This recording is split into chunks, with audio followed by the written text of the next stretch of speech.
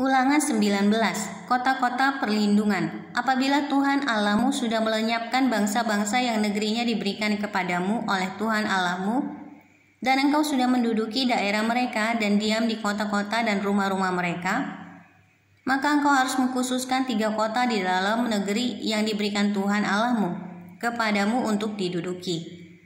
Engkau harus menetapkan jauhnya jalan dan membagi dalam 3 bagian wilayah negeri yang diberikan Tuhan Allahmu untuk dimiliki olehmu, supaya setiap pembunuh dapat melarikan diri ke sana. Inilah ketentuan mengenai pembunuh yang melarikan diri ke sana dan boleh tinggal hidup.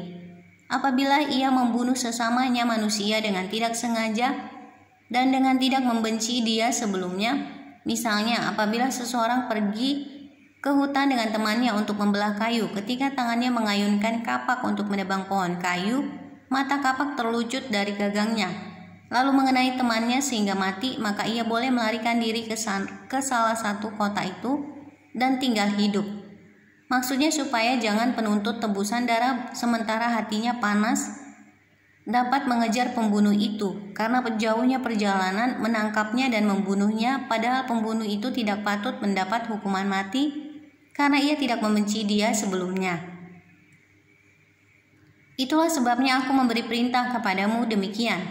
3 kota haruslah kau khususkan, dan jika Tuhan Allahmu sudah meluaskan daerahmu nanti seperti yang dijanjikannya dengan sumpah kepada nenek moyangmu, dan sudah memberikan kepadamu seluruh negeri yang dikatakannya akan diberikan kepada nenek moyangmu, apabila engkau melakukan dengan setia perintah ini yang kusampaikan kepadamu pada hari ini dengan mengasihi Tuhan Allahmu dan dengan senantiasa hidup menurut jalan yang ditunjukkannya, maka haruslah engkau menambah 3 kota lagi kepada yang 3 itu, supaya jangan tercurah darah orang yang tidak bersalah di negeri yang diberikan Tuhan Allahmu kepadamu menjadi milikmu, dan hutang darah melekat kepadamu.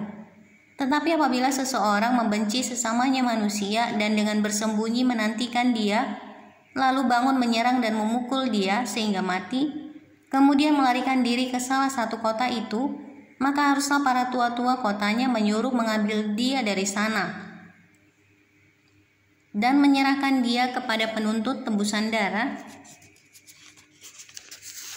supaya ia mati dibunuh. Janganlah engkau merasa sayang kepadanya. Demikianlah harus kau hapuskan darah orang yang tidak bersalah dari antara orang Israel, supaya baik keadaanmu. Larangan menggeser batas tanah. Janganlah menggeser batas tanah sesamamu yang telah ditetapkan oleh orang-orang dahulu di dalam milik pusaka yang akan kau miliki di negeri yang diberikan Tuhan Allahmu kepadamu untuk menjadi milikmu. Dari hal saksi, 1 orang saksi saja tidak dapat menggugat seseorang mengenai perkara kesalahan apapun atau dosa apapun yang mungkin dilakukannya. Baru atas keterangan 2 atau 3 orang saksi perkara itu tidak disangsikan.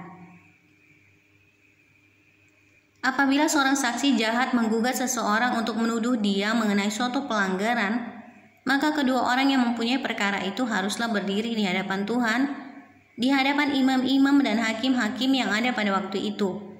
Maka hakim-hakim itu harus memeriksanya baik-baik, dan apabila ternyata bahwa saksi itu seorang saksi dusta dan bahwa ia telah memberi tuduhan dusta terhadap saudaranya, maka kamu harus memperlakukannya sebagaimana ia bermaksud memperlakukan saudaranya.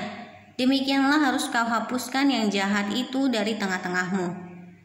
Maka orang-orang lain akan mendengar dan menjadi takut, sehingga mereka tidak akan melakukan lagi perbuatan jahat seperti itu di tengah-tengahmu. Janganlah engkau merasa sayang kepadanya, sebab berlaku nyawa ganti nyawa, mata ganti mata, gigi ganti gigi, tangan ganti tangan, kaki ganti kaki.